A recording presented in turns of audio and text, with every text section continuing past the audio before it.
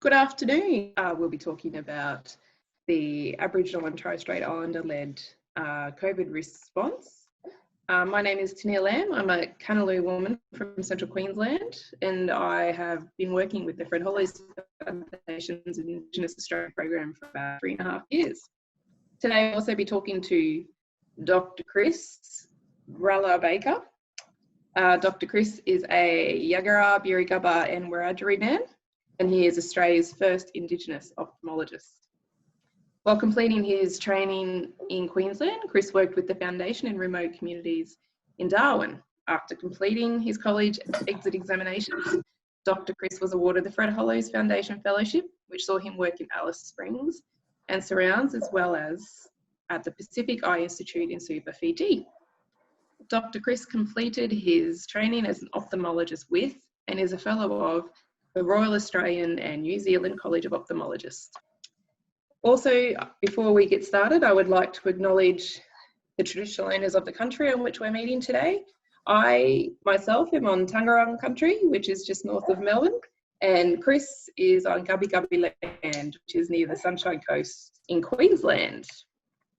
So a little bit about what we're doing today. We're talking about the issues of equity in eye health for Aboriginal and Torres Strait Islander peoples in the context of COVID-19 pandemic. So in terms of some key statistics, just as a bit of an overview, although Australia has one of the world's highest living standards, there are clear disparities between Aboriginal and Torres Strait Islander peoples and other Australians across all indicators. In eye health in particular, Aboriginal and Torres Strait Islander people are 3 times more likely to be blind or vision impaired than other Australians, and they are less likely to be able to access essential treatments such as cataract surgery. But despite this, out of all the COVID-19 cases in Australia, there's been only 1% or less of the Aboriginal and Torres Strait Islander population who contracted it. So that amounts to just 59 cases in a population of approximately 800,000.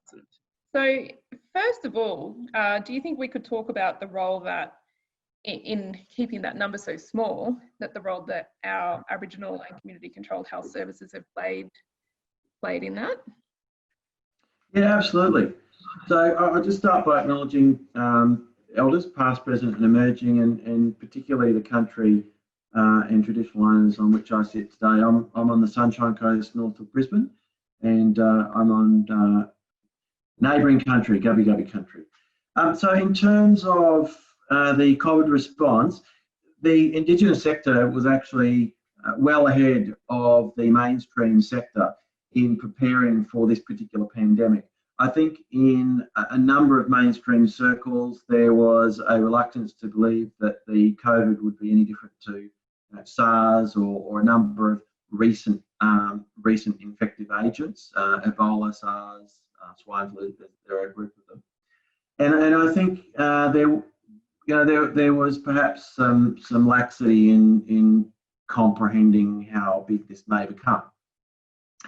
The Indigenous response, however, because we were impacted quite hard, particularly with SARS in some communities, we had a recent history of not only preparing for a pandemic, but also then experiencing the pandemic. And we can talk about this more if you want, but the reasons for that, social determinants of the health, underprivileged, we know the story. So there's a recent experience, but there's also an historical experience. There's limited data on the impact that the Spanish flu had on Indigenous peoples, because to be quite frank, back then they were still shooting us. And then earlier on, of course, there was the pox pandemic, and we know from estimates around the Sydney Basin that they were up to or possibly beyond, a 90% mortality for individuals around the Sydney Basin. There's no reason why that wouldn't have spread right across the continent. And I wrote about that recently in the Guardian article. So we have a long history of responding to acute health threats in the communities. In terms of what we did, so there were very early moves in particularly the community controlled sector to bring together the different peak organisations. NACHA was involved, the state affiliates were involved, and the peak bodies, including AIDA, including IACCHA, which is the Allied Health Group, NATSIWA, representing health workers, CATSIDM, representing nurses, all came together to form a COVID task force. Well before there were equivalent moves in the mainstream systems, and the discussions around the closure of communities and protecting individuals, not only in rural and remote communities, but also metropolitan areas, and getting the health messaging out was determined very early on. And so consequence was when COVID hit, there was a cohesive and uniform response to that that had been discussed and agreed upon ahead of time. That then meant that the messaging going through the media and the messaging going through to government authorities was clear and concise, and as we've seen, very effective. But it was no accident, as I've said, and there were a number of players and important sectors in the Indigenous health arena who came together very early on. When I say early on, I know that Warchopperan, for instance, sat down in December of last year to discuss what are we going to do if this gets out of control and if this becomes a very significant global pandemic. So there's a lot to be very proud of there. Yeah, I think you're right. There's a lot to be proud of from the Indigenous community and yourself and Indigenous leaders across Australia. But it's interesting that has been a really big success of yours and the health in the Aboriginal and Torres Strait Islander health sector. But there still has been some areas where there's been some systemic racism and some overt racism as well that some of our mob have experienced. What are some of those experiences that have happened to our community out there, and can you tell us a bit about that? So as the peak organisation representing Aboriginal and Torres Strait Islander doctors in this country, ACCHA has membership across most of the medical specialties through the public hospital system, through the primary health system, and through all of the levels of training beginning in medical school. So our members are spread far and wide, and like every good Murray grapevine, word travels fast. And what occurred was we had feedback from Western Australia of instances of institutionalised racism, and feedback through our members from Western New South Wales of instances of institutionalised racism, and these were pretty gross examples of inappropriate behaviour.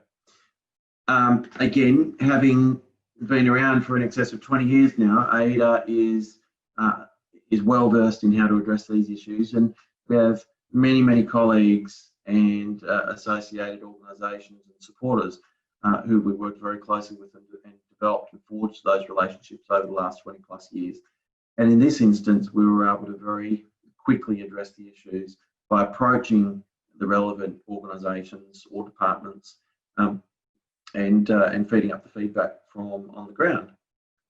And so that involved not only notifying state health departments, but also involved notifying AHPRA and the registration bodies, and they issued very serious statements, as well as talking to our colleagues in the medical colleges, and specifically to the colleges who had members who were engaged in this type of behaviour.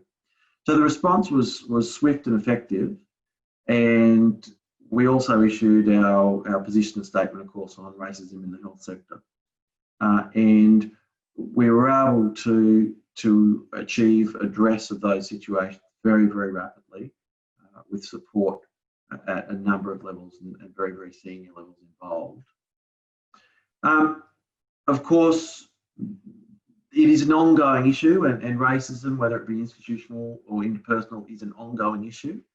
And it's interesting the way the world works, because very quickly on the back of COVID came the events in the USA, which have unfolded worldwide, and the Black Lives Matter movement, which has dovetailed into ACCHA's earlier policy statement, and we were obviously totally unaware, as most of us were, that Black Lives Matter would become what it is. But I guess we've been supported nationally and also in a global manner that yes, this is an issue and this is a real issue, and yes, we might be in 2020, but racism is still alive and well. Also, preceding the Black Lives Matter issue, ACCHA had received notice of concerns for our prisoner population, and specifically concerns for those who are either being charged and were being held awaiting trial, or those who were minor offenders and held in incarceration, or those with minor offences who were due for release very soon. And we held concerns for their health and wellbeing should COVID get into the prison system. So we also joined up with the National Aboriginal and Torres Strait Islander Legal Service to make a statement around COVID-19 and individuals in custody, and made specific mention to the findings of deaths in custody, and issued a statement on that, which again, in retrospect, was appropriately timed given the events that have since unfolded with Black Lives Matter. So there's been a lot of work, but it's been, as always, a collaborative effort with our friends, both Indigenous and non-Indigenous, and a commitment to looking after our people out there, looking after the health and well-being of our mob. Yeah, it takes both sides, doesn't it, to make these things work, for sure. I think while you were talking about that, there's a few things that was running through my mind. The first was, what was the uptake by our mainstream health services of the ACCHA's work in APRA when you were responding to those incidences of racism? How did they kind of respond to that? Resoundingly positive and resoundingly supportive.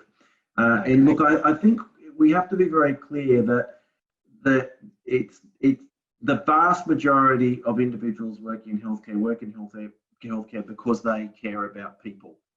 Indigenous, non-Indigenous, of whatever background they are, the vast majority are there for the right reasons.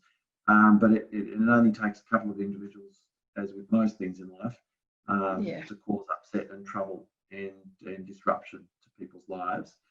And so as a consequence, and as I said earlier, a consequence of not only the goodwill and goodness of most people in healthcare, but also the long-term relationships that ACCHA has forged with many, many allies, we had a resoundingly effective response and resoundingly supportive response for the abolition of racism in the health sector, both direct interpersonal racism as well as institutionalised racism. Yeah, wow, it's really promising, isn't it? It shows that sometimes, even though in our work we feel like we're a rat on a bread wheel, but we really are. There really is some really good progress happening, and it's good sometimes to step back and kind of look at it and go, yeah, things are moving along in a positive direction. And I think it's surprising that this has come out of the COVID-19, because it is a pandemic like this really does expose inequality, and it can also exacerbate it as well. We've definitely seen that in some places, but I just think it's really interesting that here it has exacerbated it and exposed it in some ways as well, but that it's kind of created this coming together of community as well. It's been very interesting to watch. And as always, it has to take the right factors. So it has to take time for organisations to establish the respect and the relationships within the system, as well as having that wider leadership. And I think we've been very fortunate in this COVID crisis that we had the leadership nationally across all of our peak bodies, really, recognising that this may well be something that is big and that we should pull together and not treat it with the laxity that perhaps some other parts of the health system did. Yeah, sure, absolutely.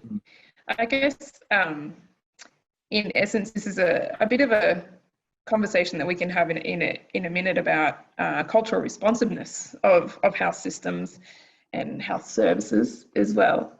But I think one way to kind of edge our way into that conversation is to talk about the Aboriginal community controlled health sector and services here in Australia. I mean, they've been up and running for, what is it now, 30, 40 years? You're talking about how well our Indigenous communities have done within COVID. I just think too, it's good to talk about the eye health sector and how that's been impacted by the pandemic.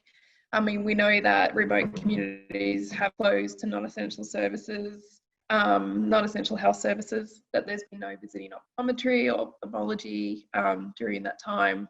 We know that elective surgery, including cataract surgery, was temporarily ceased towards the end of March, but it's gradually restarted from 27th of April. But we also know that hospitals only have a certain capacity now. I think it's 25% capacity. You might correct me if I'm wrong there. No, it's gone up, yeah. It has, yeah. Okay, well, that's good. Yep. And we know also that there's been a focus on telehealth in trying to overcome some of the issues associated with COVID, but optometry items aren't included on the telehealth package. And there are some telehealth consultations available, but optoms can't bulk bill for that at the moment. So, I mean, we know that the mainstream health system often doesn't work for Aboriginal and Torres Strait Islander peoples, but that's the risk of inequity of access that we see for our mob, especially for treatments like cataract surgery. So, with elective surgery waitlist predicted to blow out to 3-year waitlist in some areas, which is a pretty it's a pretty harrowing kind of thought. I reckon I know we both put out the Fred Hollis Foundation and yourself and Ransco, we've all put out media releases and statements about what the private health sector can do and private ophthalmologists can do to kind of help bridge that gap and make sure that the inequity doesn't grow throughout the COVID period and as the country recovers as well. Do you want to talk about some of those steps that the private health sector and private ophthalmologists can take to help bridge that gap? Yeah, absolutely. Look, another hat that I wear, I'm the co-chair of Ransco's Reconciliation Action Plan Committee. And Ransco, I can say, has been very progressive in its address of Indigenous eye health and inequities and advancing reconciliation. It builds on a very strong and proud pedigree of ophthalmologists working in Indigenous eye health, and of course Fred Hollis, being probably the most famous of ophthalmologists through the years. A part of the college's position is in terms of the interface between Indigenous people in Australia and accessing private clinics, because there are areas where there just aren't public services available, is the encouragement that fellows bulk bill individuals of Aboriginal Torres Strait Islander background. Also encouraging fellows to ask the question, and there are a number of items that can assist with that. So little desk signs that will just make people feel comfortable. Of course, the college is working very hard on improving and embedding the principles and cultural safety training within the college. So all of the way from training registrars right the way through to fellows is ramping up and offering programs in that space. So they're all really important planks. In terms of where we're at the moment, I did receive last week a telephone call from an individual reporting a private practice that is quite disturbingly in their interactions with the local Aboriginal Medical Service, requesting that Aboriginal patients pay for their consultation before they're seen, which is entirely distinct from non-Indigenous patients who can see the ophthalmologist and then pay.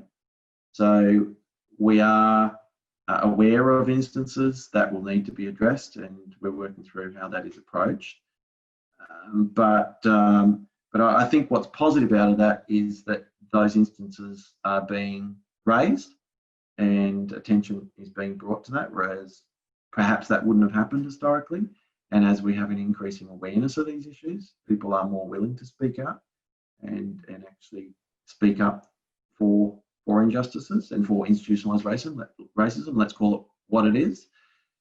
In terms of surgery, we were very lucky in ophthalmology that when the shutdown started being eased, we were the only specialty who were not restricted in the majority of operations we could do, and that was a recognition that most of what ophthalmologists do actually is essential work.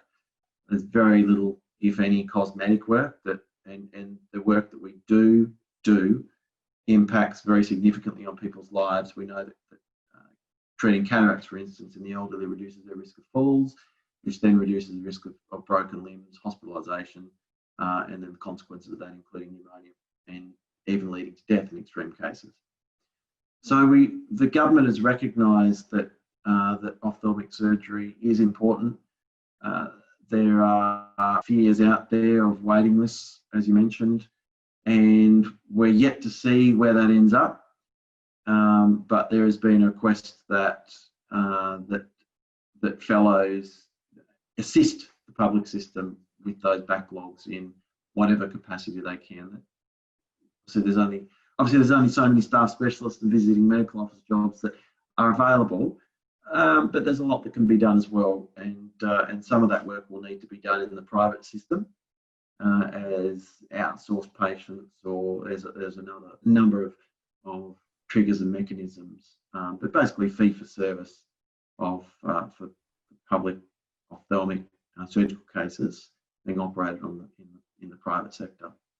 So we've got a number of approaches to addressing that, and then of course the individual state governments will have different approaches. So where I am in Queensland, they've just announced I think it was $250 million to address exactly that issue. Not just in ophthalmology, it was elective surgery in general, but a reasonable segment of that will be in ophthalmology to try and get their waiting list back to where they were. All, of course, on the proviso that we don't have a second coming, that we don't have a second phase of COVID. So there are a number of unknowns, and it really is, we learn more and more about COVID every month, but it really is dependent on what the future holds. Yeah, wow, that's good news though, coming from Queensland. It's good stuff. Yeah, it is. Yeah. And look, I suspect the other states will follow. There's the historical tussle between Commonwealth funding and state funding the services, and state public hospitals, being in the sphere of influence of state governments, of course, and then the Commonwealth funding Medicare. And yes, there are issues around telehealth, not only for optometry but for doctors as well. There is not. I mean, a lot of ophthalmology is done face to face. That's just the reality of it. If we have to do injections, then we have to be there with the patient. If we have to operate, obviously we have to be there with the patient. But in other areas of medicine, primary health care and our GP colleagues, there's some uncertainty in terms of, and in fact the physicians as well, there's some uncertainty in terms of where telehealth will lead. An argument against telehealth for a long time is, it'll be abused, and how do we police this? That's, as is often the case, has evolved not to be true, and actually the medical profession is a very upstanding, reasonable profession, and most doctors discharge their duties with diligence and appropriateness. So it's been a good lesson for the federal government that actually you can do telehealth, and the fears of abuse probably are unfounded. So we will see where the telehealth item numbers end up, but it has been a great period of learning. We're just about to the end of our discussion, Kris. Is there anything else you'd like to say? Any comments? Any wise words you'd like to leave our listeners with? Look, it's really a positive message. We hear a lot of doom and gloom about Indigenous health and Indigenous housing and incarceration, but I think we've entered a new territory. It's a new era. We simply won't be going back to where we were in 2019. I think the good work that had been done up until 2019 will remain and will be a foundation to build on. But the combination of COVID, the learnings from COVID, the ability to integrate technology in ways that we haven't before, the ability for the Indigenous health sector to demonstrate maturity and responsibility in the way we've discharged our approach to COVID, and in many respects led the mainstream system in doing that, as well as the Black Lives Matter movement and the highlighting of the existence and reality of racism in this country and around the world, I think will have long-lasting impacts. And we are right now in a very, very important point in our history in this country, particularly in terms of relationships between Indigenous and non-Indigenous Australians.